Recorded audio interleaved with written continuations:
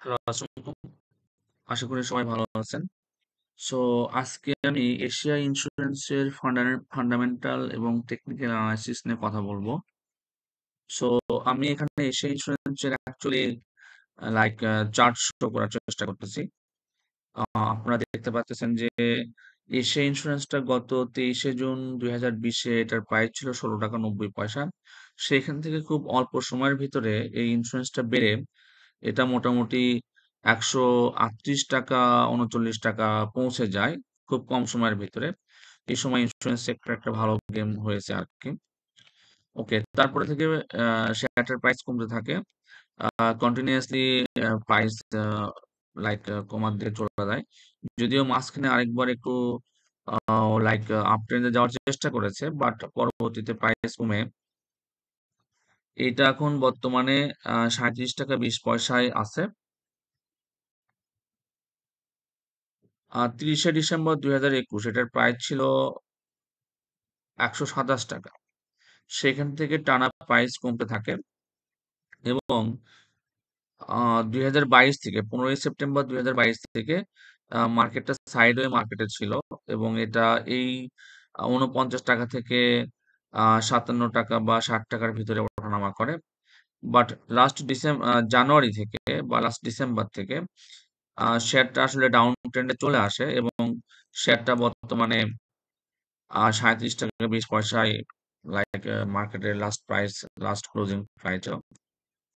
তো এখানে শেয়ারটা দুইটা বটম ফর্ম করেছে।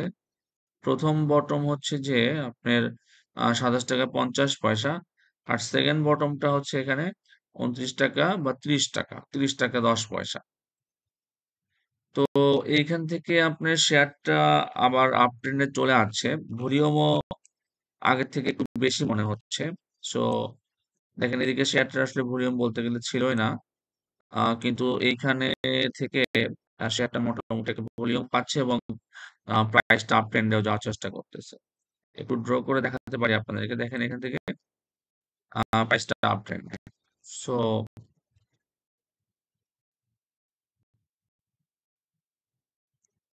আমরা বলতে পারি আমরা বলতে পারি যে যদি মার্কেটটা ভালো থাকে এবং মার্কেটে ট্রেড ভালো হয়, সো এটা হয়তোবা ভবিষ্যতে আহ, আপাতত কমার কোনো সুযোগ নাই। এখান থেকে প্রাইসটা কমার কোনো সুযোগ নাই। ওকে, আমি যদি শেয়ারটার মিনিট চার্ট শো করি, লাস্টের দিনে এটার ভলিউম ছিল 86,959টা শেয়ার কেনা বেচা হয়েছে। আমি ভলিউমটাকে যদি আরো ইনডেপথ দেখানোর চেষ্টা করি, এখান থেকে আমরা দেখতে পারবো যে আসলে এই শেয়ারটার ভলিউম কিভাবে ওঠানামা করেছে বা ভলিউমের ডিরেকশন কি ছিল।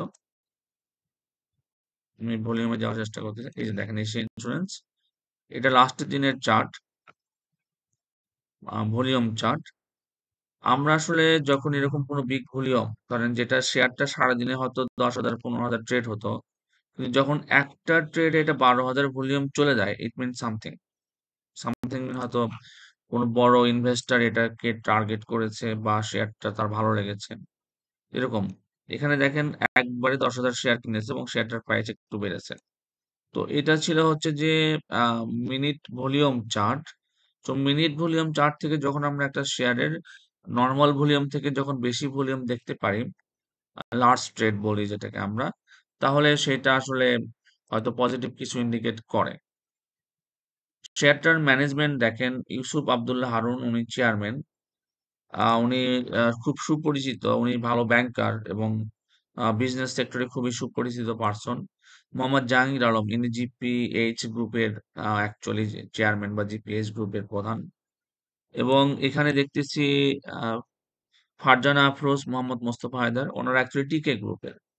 সো জিপিএইচ গ্রুপ, টিকে গ্রুপ, এই কোম্পানিগুলো মার্কেটে খুব ভালো কোম্পানি, রিনাউন্ড কোম্পানি, তাদের ভালো বিজনেস আছে। সো আমরা বলতে পারি যে এই শেয়ারটার ম্যানেজমেন্টে যারা আছে তারা শুধু একটা বিজনেস না, আরো অনেকগুলো বিজনেসের সাথে তারা জড়িত।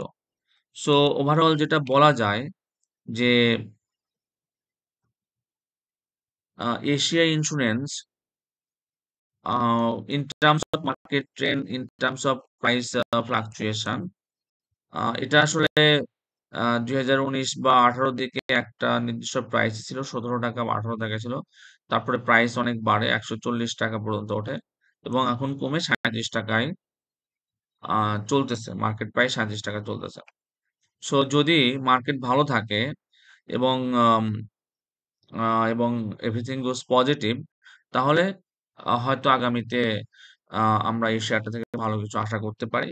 বাট তারপরেও আমার এই ডিসকাশন বা আমার এই আলোচনা বাই অ্যান্ড সেল কোনো ইন্ডিকেশন না। জাস্ট ফর লার্নিং পারপাস আমি আমার মতামত শেয়ার করেছি। শেয়ার বিজনেসে লাভও আপনার, প্রফিটও আপনার, সবকিছু আপনার।